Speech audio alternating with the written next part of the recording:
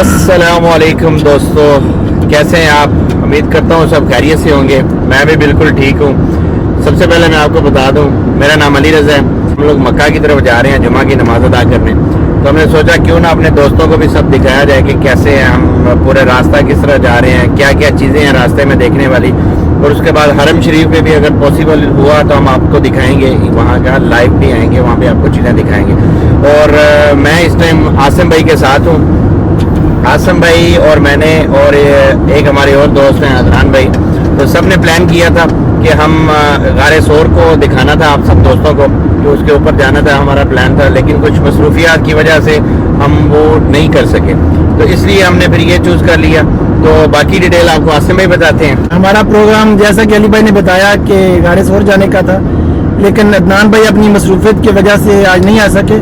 तो फिर हमने तय किया है कि अगले हफ्ते हम इंशाल्लाह गारे सोर में जाएंगे और उसे एक्सप्लोर करेंगे। उम्मीद है आप इस सफ़र को भी हमारे साथ एंजॉय करेंगे।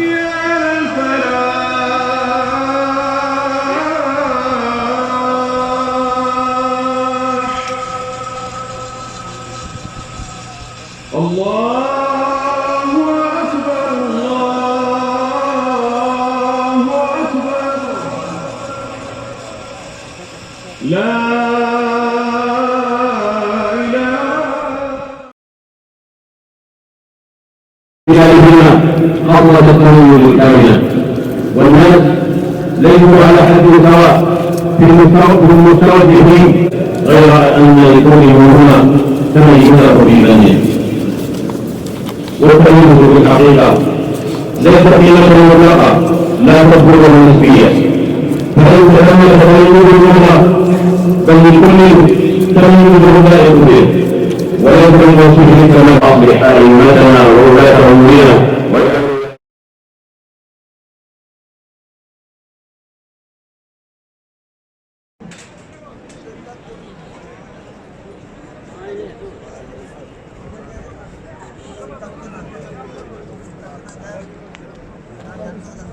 صالح